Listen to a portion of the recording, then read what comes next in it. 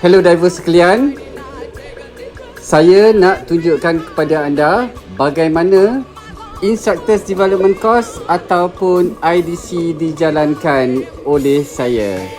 Tonton video ini sampai habis. Jangan lupa untuk santuni ke semua butang-butang yang terdapat di sebelah kanan anda. Follow, share, like video ini.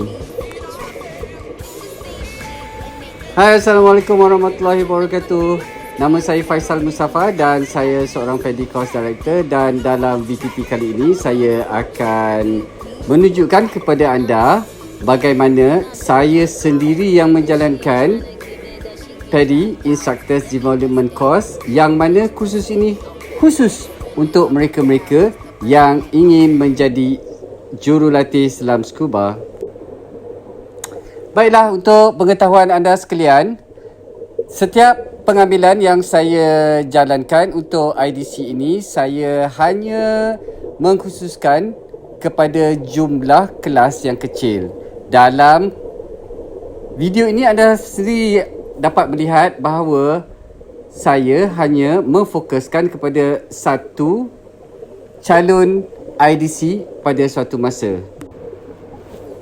Dalam kolam yang cukup luas, cukup selesa, dan anda boleh lihat bagaimana kandidat saya ini memfokuskan kepada skill-skill yang mereka akan gunakan sewaktu mereka menjadi jurulatih nanti.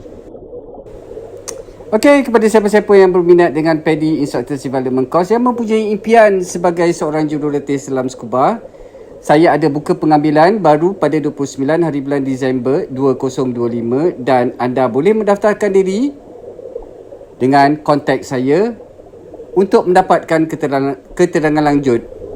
Bye. Safe dive. Assalamualaikum.